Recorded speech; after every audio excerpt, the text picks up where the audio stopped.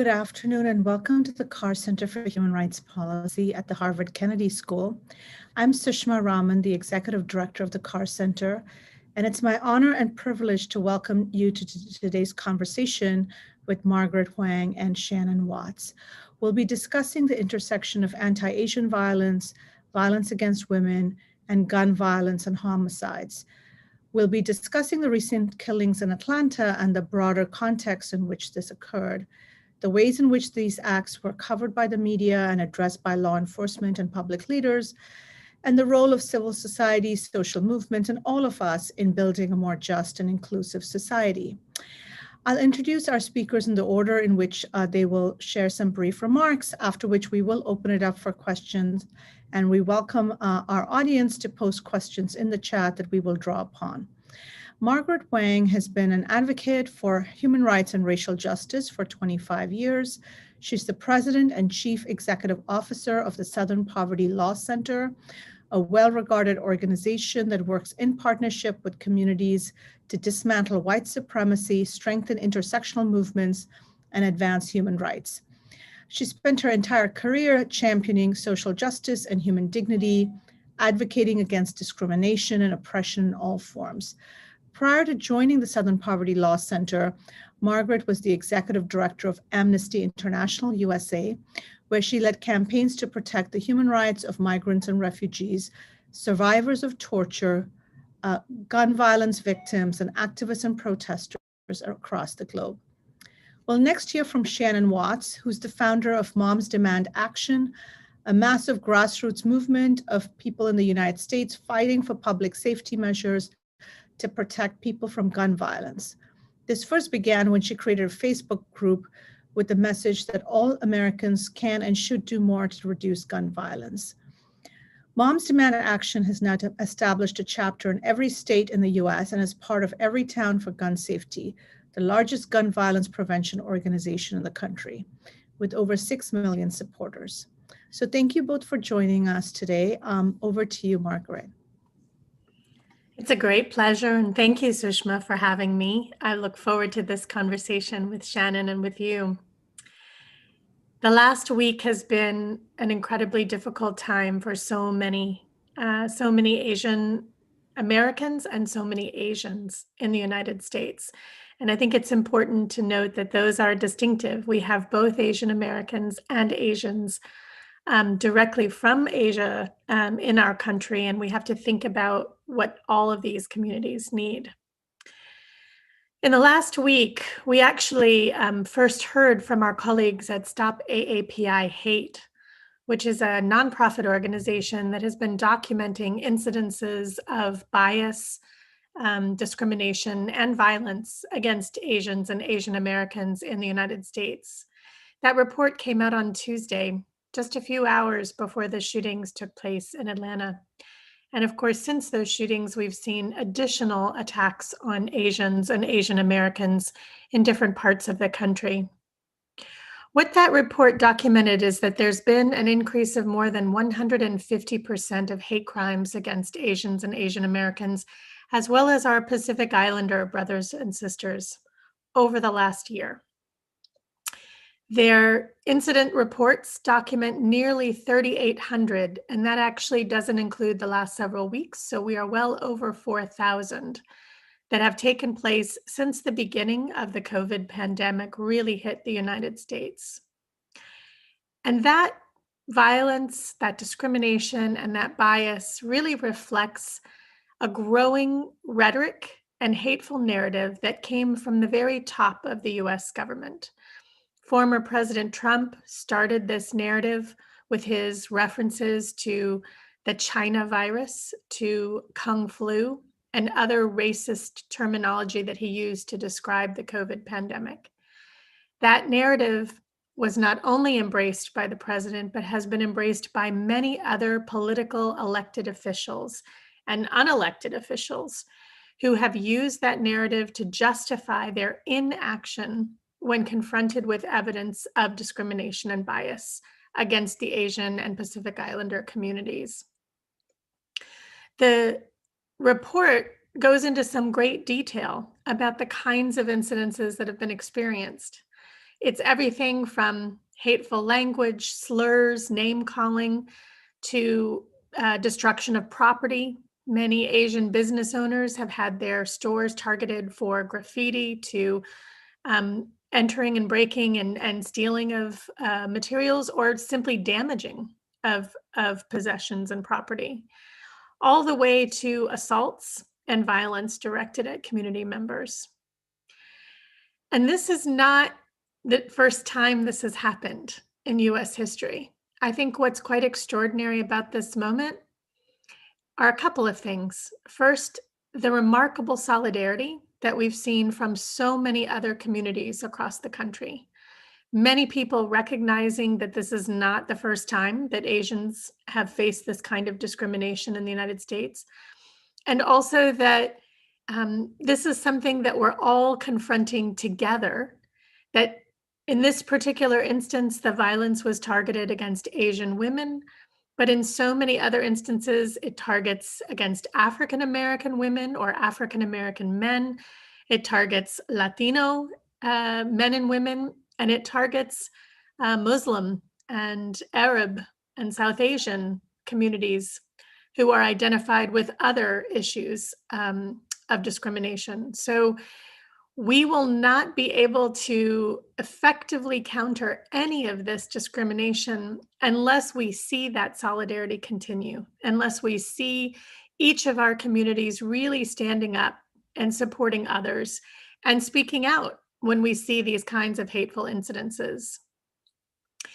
In response to the both the shootings in Atlanta last week, as well as the other attempts to assault or attack Asians across the country, we've had two members of Congress, Representative Grace Meng from New York and Senator Mazie Hirono from Hawaii, who've introduced a new bill intended to counter COVID-19 hate crimes, which are specifically targeting Asians and Pacific Islanders, but have also found their ways into targeting other communities as well. And they've asked for an appointment at the Department of Justice specifically to investigate and look at these patterns and incidences of discrimination and violence. This is an important step. We need to see more action from the federal government, as well as from state and local law enforcement agencies, understanding what hate crimes are, understanding how to do investigations, and understanding what their obligations are to report these crimes as such. Sadly, we have seen a lot of hesitation in the shootings in Atlanta, but we will continue to push for stronger hate crimes documentation across the country, because it affects so many different communities. It affects women, it affects the LGBTQ community. These are things that, again, we have to understand how this affects so many of us in order to stop it for all of us. Look forward to the conversation, and thank you, Sushma. Thank you so much, Margaret. I'm going to turn it over to Shannon now, and then I'll open it up to questions for both of you. Thank you, Sushma. It is an honor to be here today. And Margaret, it's so great to be with you virtually. I value our partnership with the Southern Poverty Law Center so much, and grateful to be able to speak with you on this topic. As Sushma mentioned, I'm Shannon Watts. I founded an organization called Moms Demand Action. We now also have Students Demand Action, and we are the grassroots arms of Everytown for Gun Safety. Collectively, we have about 6 million supporters now, so we're one of the largest grassroots movements in the country. Hundreds of thousands of volunteers, a chapter in every single state in Washington, D.C., and we're not just moms, we're mothers and others, students, survivors, and so many others. I started the organization in 2012, just the day after the horrific shooting tragedy unfolded in Newtown, Connecticut, inside Sandy Hook School, an elementary school. 20 children and 6 educators were killed by a gunman. And you know, not a day has gone by in the last 8.5 years since our country has not endured gun violence crises. Over 100 Americans are shot and killed every single day. This week, we are once again mourning, this time the communities of Boulder and Atlanta, along with, again, the families of the 100 people who are shot and killed every single day. It's essentially, 20 mass shootings every day in this country, if you do the math. And despite COVID lockdowns, 2020 was actually one of the deadliest years on record. Mass shootings did slow down because people weren't out in public as much, but the daily gun violence, the homicides and the suicides continued and even increased. And mass shootings are really just the tip of the iceberg of America's gun violence crisis. More than 99% of all gun deaths in the United States are actually from shootings that are not mass shootings. And then you add to that crisis the fact that we know that there were about 50 million background checks conducted in the last year. And that is on top of the nearly 400 million guns already in the hands of civilians in America. And I'm particularly concerned, that we're going to see an uptick like we've seen in Atlanta and Boulder of these public shootings now that society is getting back to normal. America is the only high income country where resuming after a pandemic means that we're also going to resume these shootings in public places and in schools, in grocery stores and in spas. And what happened in Georgia last week is sort of the logical and very deadly outcome of a couple things. One, allowing gun lobbyists to write our gun laws, but also making sure that people who are bigots and racists and misogynists have easy access to arsenals and ammunition. And as a country, we have a history of these violent attacks that are motivated by misogyny. And it won't shock anyone to know that the research that is either done by men or about men is sparse, that examines sort of the connections between intimate partner violence and misogyny and mass shootings. It's severely limited. But when we look at mass shootings and we analyze them, we do see that these gunmen, almost always men, have histories of intimate partner violence, stalking, and harassment. And just some examples, if you go back to 2008, before the term incel even caught on, the man who was in Pittsburgh and went in and shot and killed women in his gym, he was described as a lonely man. In 2014, the Isla Vista shooter on the UCSB campus, he targeted women. He even left behind a manifesto detailing his sexual frustration. In 2018, if you recall, there was a man who opened fire in a Tallahassee yoga studio.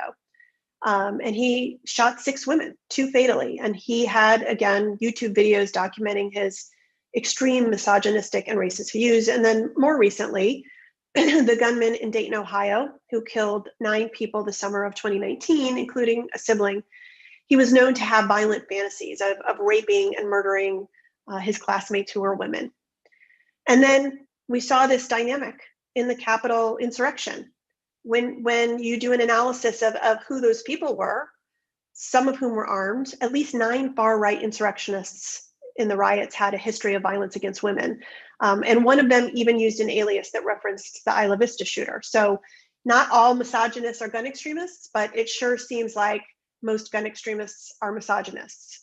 And last week in Georgia, the victims were mostly AAPI women, a community that has long faced the triple threat of misogyny, racism, gun violence. And in the last year, this threat has just continued to grow. And there was a study out by Stop AAPI Hate, looked from last March to this February. And there were at least 3,795 reported racial motivated attacks against Asians and Asian Americans, fueled by racist rhetoric from the former president, as Margaret stated, and by more than a 2-to-1 margin, these attacks targeted Asian and Asian American women. So even before these disturbing trends, we had already seen the impact of the former president's racist and misogynistic rhetoric. And we also know that if you look at the El Paso shooter, his manifesto could have been taken directly from Donald Trump's Twitter feed.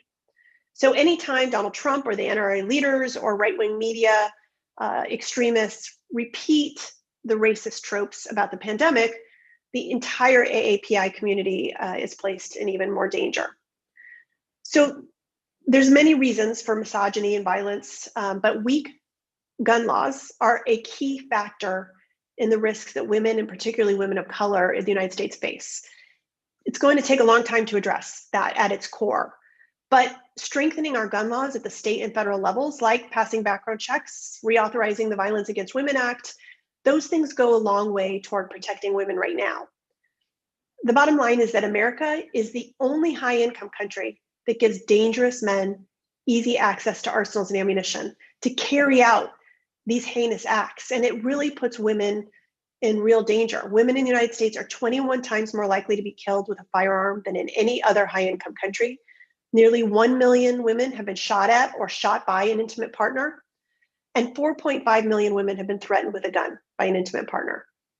And then on top of that, every month, 53 women are shot and killed by an intimate partner.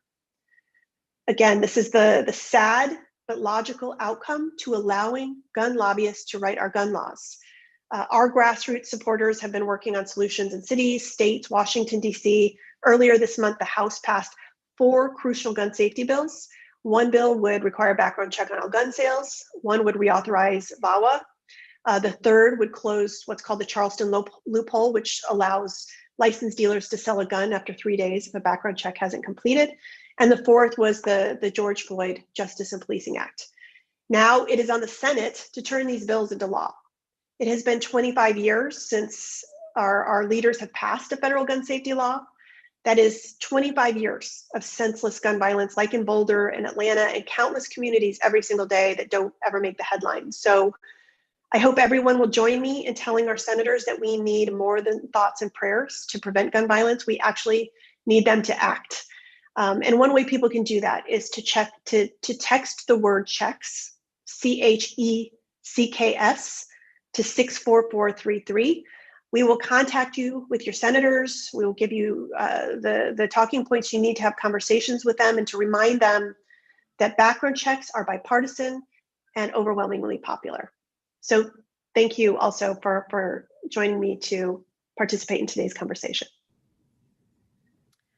Wow, thank you both for your really insightful and substantive remarks. I was trying to take notes frantically and not able to keep up. And I think that's just a testament to sort of how much both of you know about this very complex context in which we are now embedded. So I have so many questions. I'll just start with a couple, and I'd love our audience to pose questions as well. So, you talked about sort of the role of elected officials and leaders in the way in which they frame and target certain communities. And I just wanted to flag that the sheriff in question who spoke about the killings in Atlanta said that the shooter was pretty much fed up and kind of at the end of his rope. Yesterday was a really bad day for him, and this is what he did. And this, of course, caused a lot of anger and consternation, not just within the Asian American community, but more broadly. And then people found that his Facebook posts had information that could have been perceived as, anti-Asian, calling the novel coronavirus an imported virus from China, and he was promoting T-shirts with that. So, I'm wondering about this broader issue of how, whether it's journalists or the police or others, how are these issues framed and communicated where certain people are given the benefit of the doubt and are humanized, and then others, like the women who were killed, the people who were killed were not even named. It was just shocking to see the centering of the person who had committed the acts of violence, but decentering, just like in real life, the victims of the mass shooting. I think it's really interesting, Sushma, that many media outlets today are trying to reframe narratives that tend to focus on the perpetrator. I have noted that many of the mainstream media shows will likely still show a photo of the perpetrator, but spend far less time assessing or analyzing the motivations for that person, and typically it's a he, for his actions, and far more time talking about the impact on the communities affected, on the families and the individuals who were targeted. So I think that's a sign of progress. But I think, as Shannon pointed out, that's because they've had so much practice. I mean, they've had to decide how to handle these issues on a daily basis for the last several years. And the fact that it's taken us so long to get to this point where at least the media is recognizing its complicity in the framing of that narrative, it's frustrating, but at least we are seeing some progress. I think the remarks of the captain in Cherokee County were incredibly horrible. That's the only word for it. It actually made me very angry to listen, and made many others in the Atlanta community very angry. That the entire purpose of his remarks was to create a narrative that explained and justified the perpetrator's actions. It did nothing to protect the community, to assure the community that they should come forward and work with the police in the investigation, that they should feel comfortable reporting other crimes because of their now relationship with law enforcement. If anything, I think his words pushed the community further away from feeling like they had allies or supporters in the law enforcement system. And that is a huge loss, not just on this particular incident, but for many future incidents. You cannot have law enforcement ignoring or maligning a community of people and then expecting them to cooperate on future investigations and prosecutions. So I am grateful that so many in the community of Atlanta did speak out, have criticized that captain. He has not been allowed the microphone again, which is a good thing. But I think what's really important is that Georgia just passed its hate crime bill last summer. And it happened because of the killing of Ahmaud Arbery and other people recently in the state. And so this is going to be one of the first opportunities that the state has to demonstrate not just the commitment now that it has passed a law, but to actually implement the law and to prosecute this crime under hate crime provisions. And even for those who feel that the perpetrator has to actually say something hostile about women or a racial group of people in order for it to be a hate crime, that's quite stunning to me. I've heard that argument made. The perpetrator didn't yell something racist when he was doing his act of violence. I think this is a chance for law enforcement to understand and to do a much better job of interpreting the requirements of the law and now investigating and prosecuting the hate crime that did take place last week. From my perspective, Margaret raises an important point, which is that we are not, or at least media are not paying as much attention to the gunmen in these situations. And there was a campaign that was started. It was a survivor named Karen Teeves. Her son was shot and killed in the Aurora, Colorado movie theater mass shooting. And she started a campaign called No Notoriety. If you want to read about it, you can go on Twitter and use that hashtag No Notoriety. And it really has made such a huge cultural difference in less than a decade. And it encourages media to do what they have to do initially. They're going to have to talk about who the gunman is and identify them, but that's it. You don't have to do it again. And we used to really glamorize these gunmen, which is exactly what they wanted. They wanted notoriety. I mean, you can see why. Look at what has happened since Columbine. There's very often a connection between dangerous people with guns who want to commit some kind of shooting tragedy and tying back to their obsession with the Columbine shooting. And if you think about it, you probably can't name the gunman in Atlanta or in Boulder. That's because the media aren't reporting on them. They aren't glorifying them. They aren't giving them the notoriety that they crave.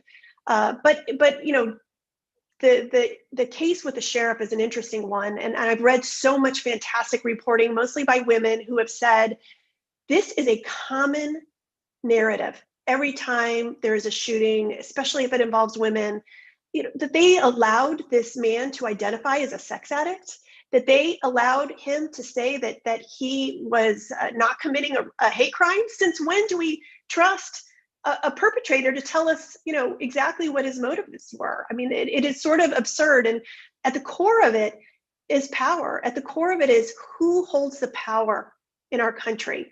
It is not It should not go unnoticed that the gunman was a white man and that the sheriff was a white man, and that women hold about 20% of the 500,000 elected positions in this country. That includes sheriffs.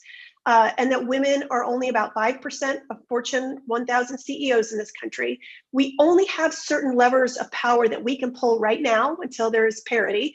And that includes our voices and our votes. And for me, that is why I work to organize women in this country so that we can pull the levers of power available to us. And that's working to change electoral politics, to change legislation, and to change our culture. So I know both of you have been embedded in this work for a long time, and the issues you're working on didn't arise, in the last year during the pandemic or last week in Atlanta. And I'm wondering, because I've heard both of you speak at different occasions at the Carr Center, but I'm just wondering today if each of you could kind of highlight for our audience some of the historical issues surrounding, the issues of gun violence. You've talked very eloquently about your work on this over the years and also the history of the NRA. So I'm wondering if you can share a bit about that, Shannon. And then Margaret, the history of anti-Asian violence, which actually has a long history in the United States. There's the Chinese Exclusion Act. There's been, whether it's immigration or on other fronts, whether it's legislation or whether it's, the kinds of attacks that you described earlier. So a quick sort of historical snapshot from each of you to help situate our conversation today, I think would be helpful. I talk about a lot, the fact that I'm a white woman. I lived in the suburbs, and when the Sandy Hook school shooting happened, I acted because I was afraid my kids weren't safe in their schools. Shame on me and other white women in retrospect who did not act sooner, who did not act as gun violence was decimating the communities of our Black and brown sisters all across the country. But the more we learned as we became organizers and got involved in this work, the more we realized that mass shootings are just really the tip of the iceberg when it comes to gun violence in this country. It's about 1% of all gun violence, and that we have to address domestic gun violence and gun homicides and gun suicides and unintentional shootings and all of it. And that there are solutions, that it's all senseless and it's preventable. And so, we have been doing this work now for 8 years, really in 3 buckets. Electoral, so showing lawmakers when they do the right thing, we'll have their back. When they do the wrong thing, we'll have their job. Legislation, we show up in communities all across the country to not only pass good gun laws, which we've passed hundreds, but to stop bad laws. I never imagined how insidious the NRA was when I got started in this work, that they come back year after year and try to pass things. Margaret was talking about Stand Your Ground in Georgia. We work to stop that every single year in so many states. And when we stop it, they come back again. Permitless carry, arming teachers, guns on college campuses. And so that takes up a large amount of our time. And then working on this culturally. 5 million kids live in homes with unsecured guns in this country. It's so important that we're talking about secure gun storage. And we do that through a program called Be Smart. In fact, more than 1 million families have received our materials since we started that program to say, you need to keep your guns locked, unloaded, separate from ammunition. So there's lots of ways to address this issue, again, because we don't have political parity, because we aren't making the laws, because we don't hold the power. There are ways to get at this. And look, I think in retrospect, the NRA's worst nightmare was that women and mothers would go after them. And that's exactly what we've done, just like they did the tobacco and the alcohol lobbies. We are taking one of the wealthiest, most powerful special interests that's ever existed. And we're winning. The NRA is weaker than they've ever been. Some of it is self-inflicted with self-dealing and mismanaging their nonprofit status. But a lot of it is that when you shine a light on their misdeeds, then it takes that A rating they had that was for so long a badge of honor and turns it into a scarlet letter. That takes several election cycles. And that's just one other thing I want to say is, look, I wish the system was set up for overnight change. I wish we all could have woken up, the night after the very first shooting tragedy in this country and everything would have changed. The system is set up for incrementalism. And that can be a dirty word, But if you don't show up at every gun bill hearing, if you don't create relationships with every lawmaker, if you don't become a political powerhouse by being everywhere all the time, change doesn't happen. And it is tedious, and it is frustrating, and it is hard work. And that's why I think women are so good at it. I think women are the secret sauce of activism in this country. We've seen it on so many issues and on so many fronts. And I do think it's why we're finally on the precipice of major federal change in this country.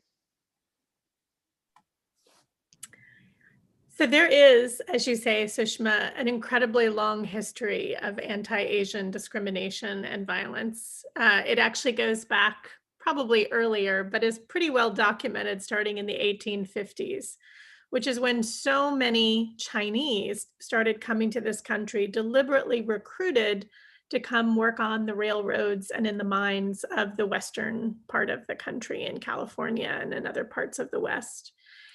And very early on, the Supreme Court set the tone by through a case that involved George Hall, who shot someone and had an Asian man testifying against him. And the Supreme Court ruled that Asians were not allowed to testify against white people in court. And that sort of set the stage. You mentioned the Chinese Exclusion Act. It was the first time in our history that any immigration was restricted on the basis of nationality. Happened in the 1880s. And that was a 20-year ban on any immigration from China. But you have to remember that throughout all of that early period, even while people were bringing laborers from Asia to this country to do work that was desperately needed and not provided by domestic citizens, at the same time, the narratives were already there. When the Asian men came, most of the description of them were that they were dirty and disease carrying.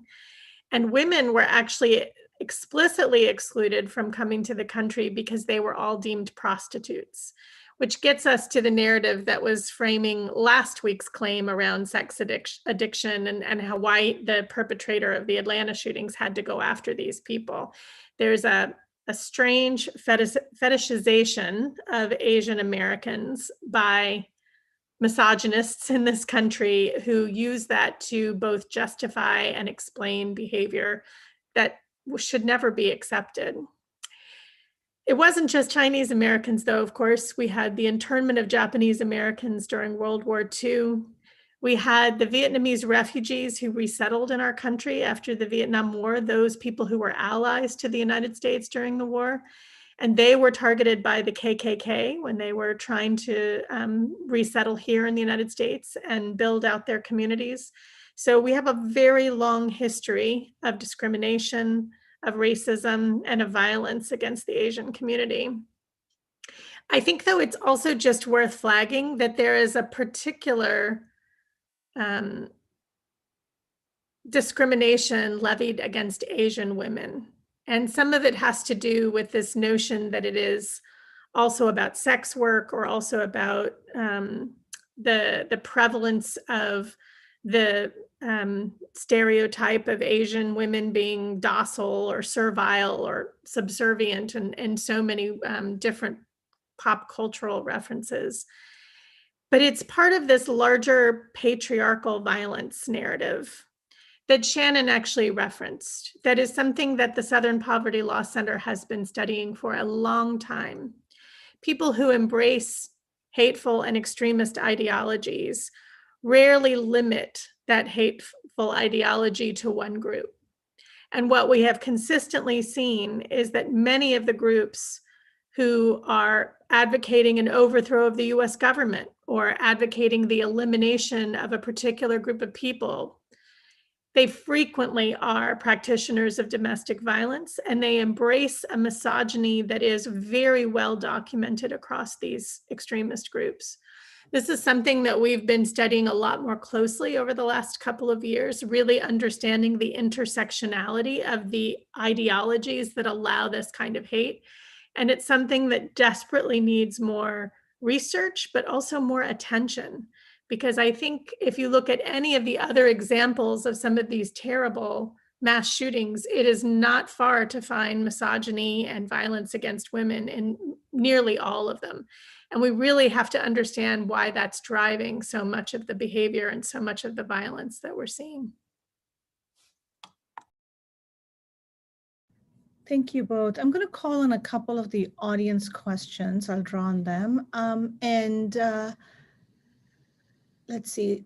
What are your thoughts on how we work on the very deep cultural divides that seem to fuel so much of the violence we are experiencing?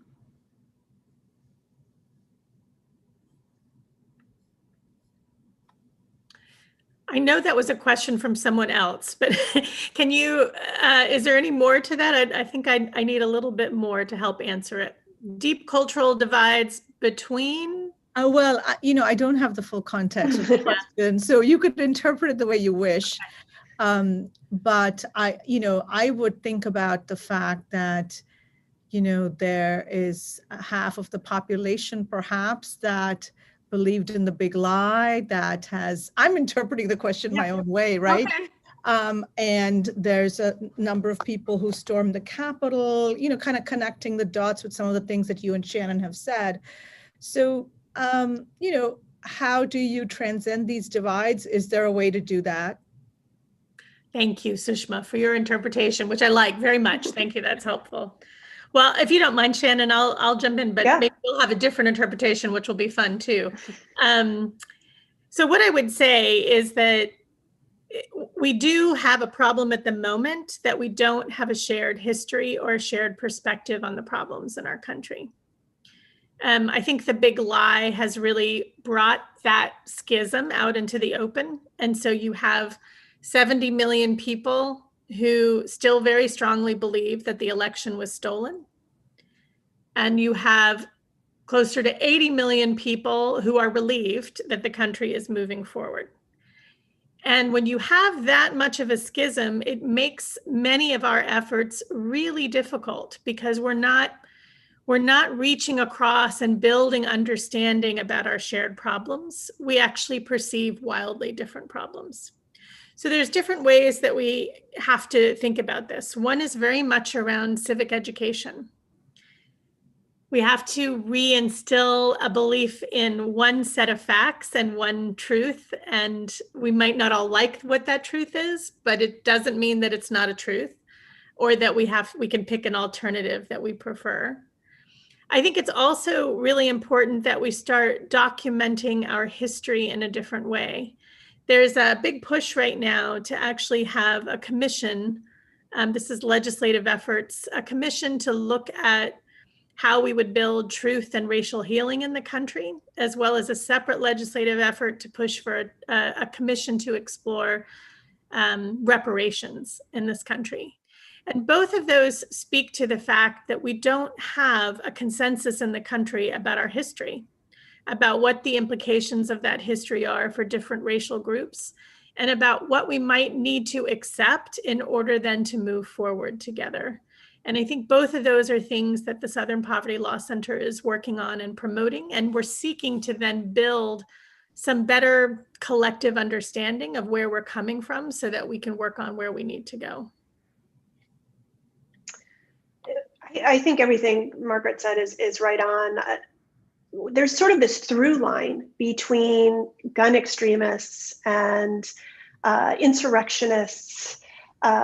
It is misogyny, but it's also this fear of losing power. There's this idea that the other side is wanting to take away everything you hold dear, and you have to fight with every ounce of your being to stop that from happening.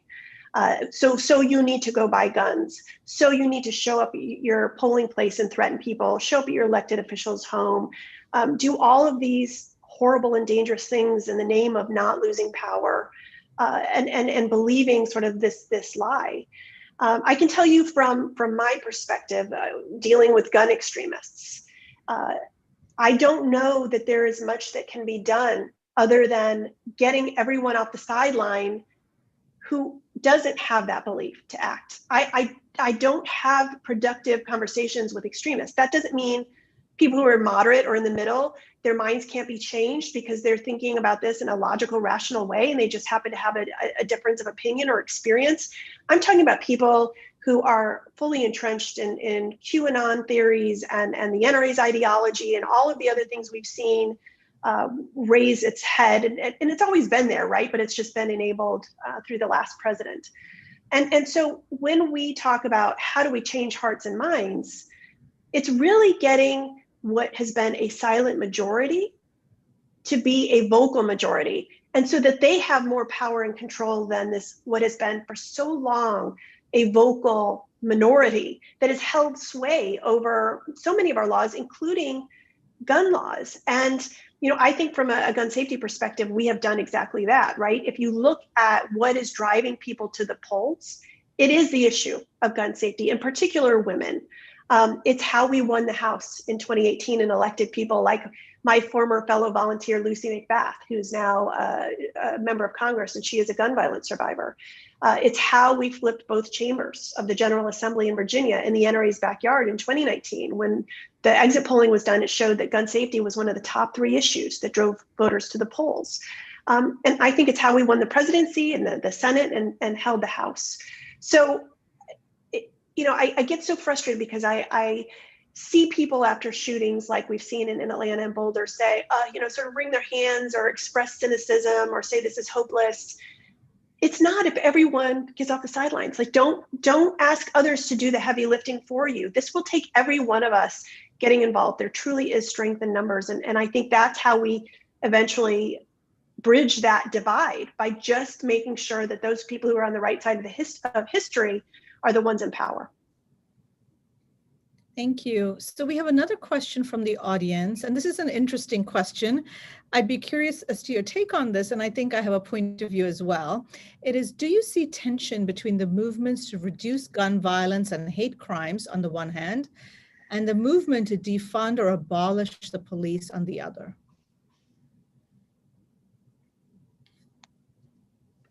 I'll start. I don't. You know, that the specific words and the language have been pulled apart. And look, we see that all the time in the gun safety movement, right? Using the words like gun control and different things that the other side takes and tries to make scary. We all know what defund the police means. It doesn't mean not to have any money for the police or not to have police. It simply means to look at the system and the way we have been organized and to allot funding and resources to places that make more sense. Something I have been very heartened by since the horrific summer of gun violence and violence against Black and brown people in particular, is that there is an appetite among lawmakers, at least at the state level, to pass laws that will increase accountability among police, to outlaw chokeholds, to require body cameras. It started, frankly, in Colorado. If you're not following State Rep Leslie Herod, you should be. She's a hero to me.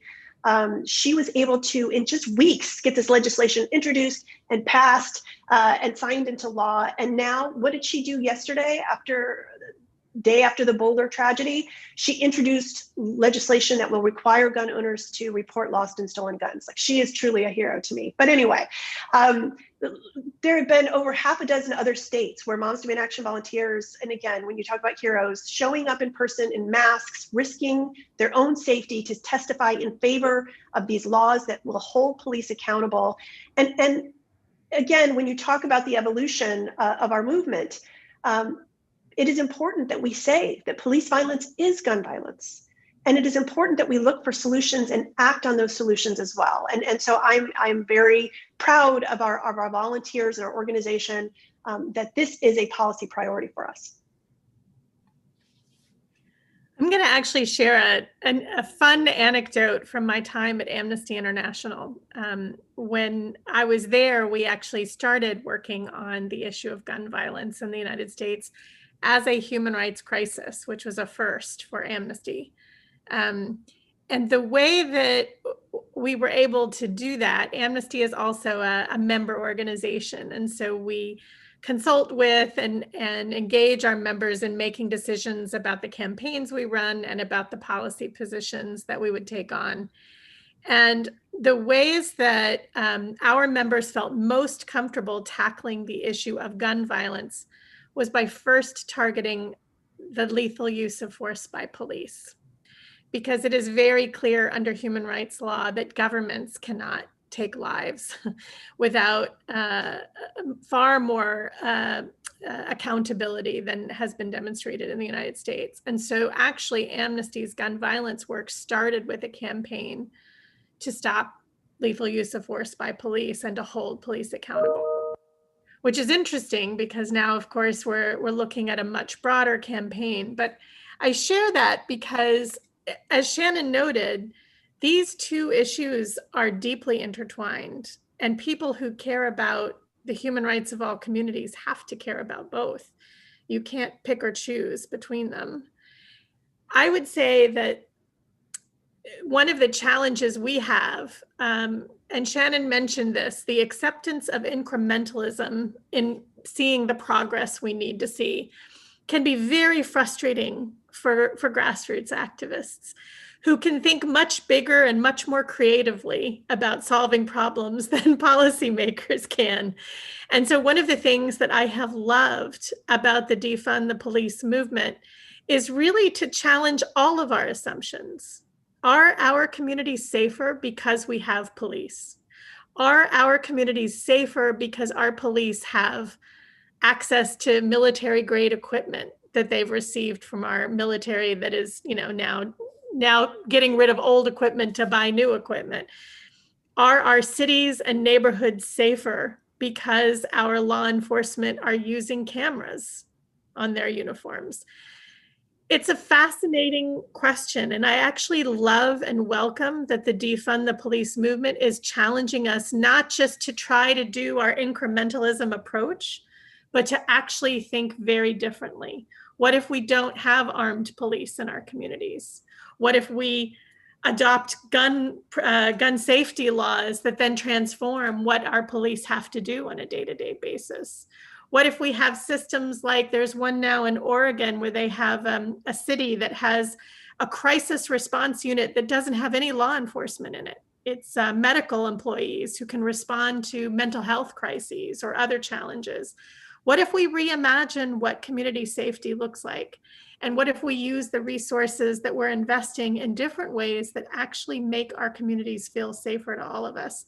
So I think we would all love to have more of that conversation. And I think these are really tied together.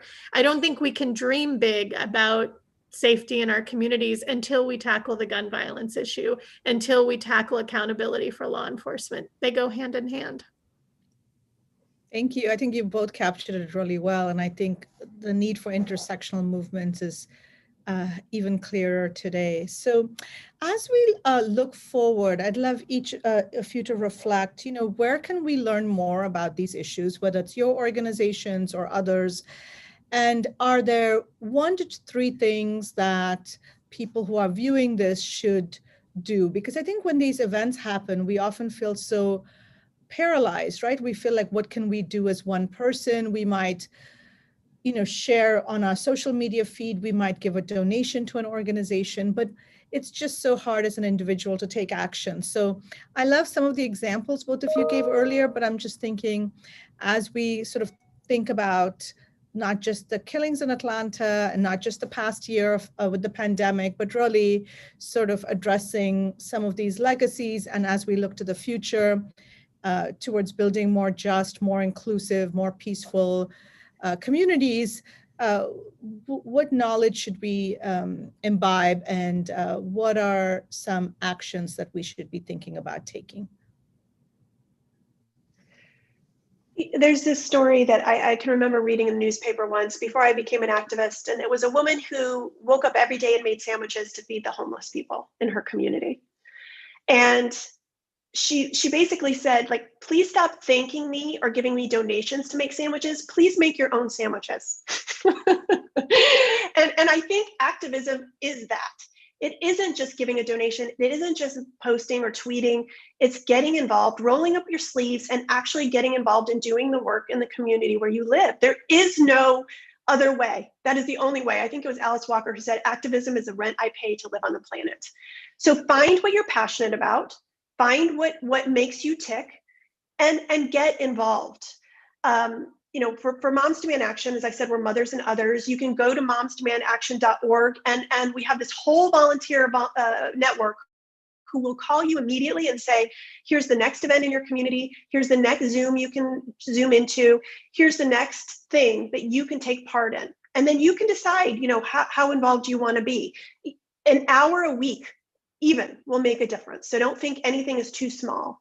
And then, as I mentioned during my remarks, we really do need everyone to reach out to their senators right now and put pressure on them.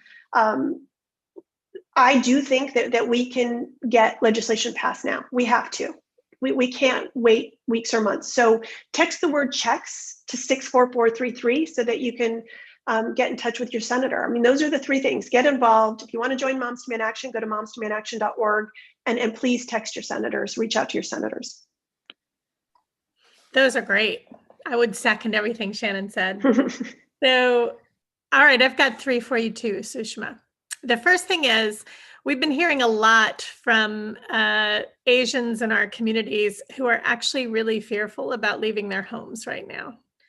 So I would encourage you, if there's somebody in your life who is Asian or Pacific Islander who might feel some of that fear, it would be incredible if you would reach out and offer to go with them to the grocery store, or to go with them to take their kids to the park, or to show your solidarity and your humanity by standing with them at this time when so many people are actually really, really frightened of just leaving their homes. And as somebody who has an elderly Asian parent, I can tell you that this matters a lot to all of us, that we're seeing people reach out and offer some really simple friendliness and support at this moment. A second thing I want to encourage people to do is to check out our website. The Southern Poverty Law Center has an educational program called Learning for Justice. And if you visit learningforjustice.org, you can actually see a lot of materials, both intended for the classroom, but also just for people who are interested in learning more about our history in this country on racism and about the discrimination that so many communities have faced. We have videos, we have curriculum, we have wonderful articles, we have podcast sessions. So check out that website and start to learn more about other communities. Understand that this recent incident in Atlanta or the one in Colorado is not new, and understand how different communities have been affected by discrimination and violence in the past, and what we can do together to address it moving forward. The last ask, because you always have to have a good policy ask, is I would ask everyone to contact their local police department and ask them how many hate crimes they have reported to the FBI in the last year. I can tell you that 86% of law enforcement agencies report no hate crimes. And that is because law enforcement is feeling no pressure to document incidences like the one last week as a hate crime, or to report them and share that information with the federal government. There are more than 16,000 law enforcement agencies in our country. We need all of them to be paying attention to hate crimes, to be investigating them, and to be reporting them to the FBI. So if you can ask your local law enforcement agency or your local mayor or city council how the reporting on hate crimes is going in your community, we can actually start to see more and more of our local officials doing what they need to do to help us demonstrate the larger problems that we're fighting across the country. Thanks, Sushma. Thank you both. So I'm also wondering, we have people who are students both at the university here, but students in other universities as well who are watching this webinar. And I know there's been a lot of student activism that has come out of school shootings, but also I know Amnesty has in the past worked very closely with students. So I'm just wondering what advice you have for the next generation of leaders as they embark on, their paths forward in the post-pandemic world. Well, for us, we had these pilot programs called Students Demand Action, and then the Parkland tragedy happened, and it just grew exponentially. We now have over 400 local groups all across the country who are made up of students. And I've just been so impressed by their activism. When the pandemic hit, these students from high school to college were sort of unexpectedly at home with a lot more time on their hands. And so many of them pivoted to activism.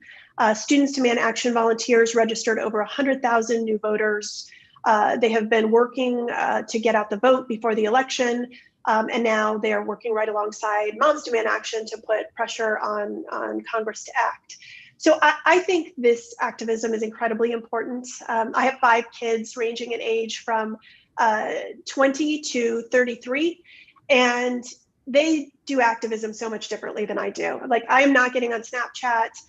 There's certain things that I'm just not going to be fluent in that they are, and they bring a different perspective. I was hiding under my desk because, we were afraid of Cold War. They are hiding in the closet of their bathroom because they're afraid a man with an AR-15 is going to come in.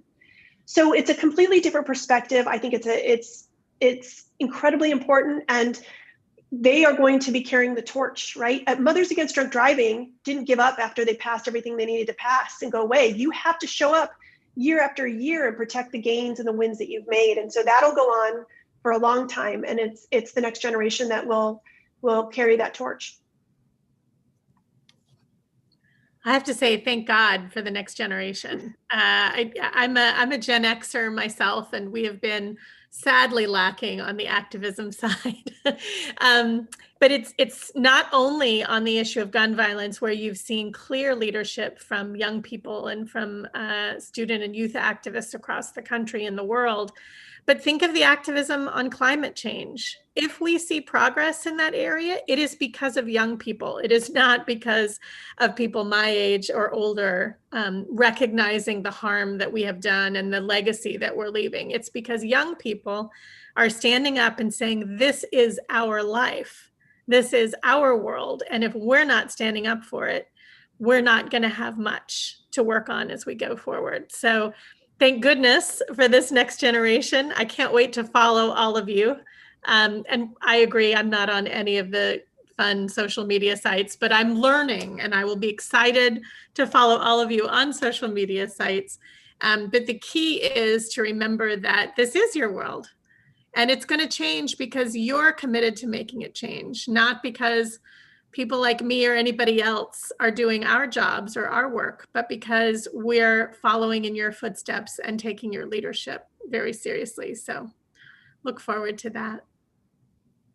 Thank you both, Shannon and Margaret, for joining us today for this really important conversation. And thank you to our audience as well for joining us. Take care. Thank you. Thanks.